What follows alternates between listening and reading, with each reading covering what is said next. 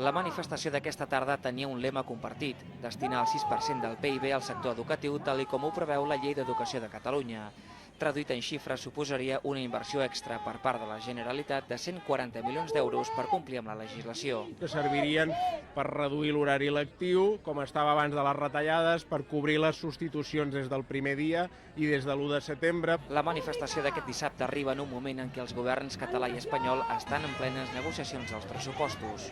Entre els manifestants hi havia professors, pares i mares d'alumnes i altres col·lectius que, a banda de compartir les grans demandes, també en tenen de concretes. Que es compleixi el compromís de construcció de l'Institut Angeleta Ferrer. Són moltes escoles de primària de la dreta de l'Eixample que fa 6 anys esperem que el solar que ja té la Generalitat. El que necessitem són, sobretot, TEIs, vetlladores i tot tipus de suport de docents per donar cabuda a la gran massificació que tenim a les aules. Més de 5.000 persones han omplert els carrers del centre de la ciutat. Segons els organitzadors, la intenció en aquesta manifestació era omplir la Via Laietana i, segons diuen, ho han aconseguit.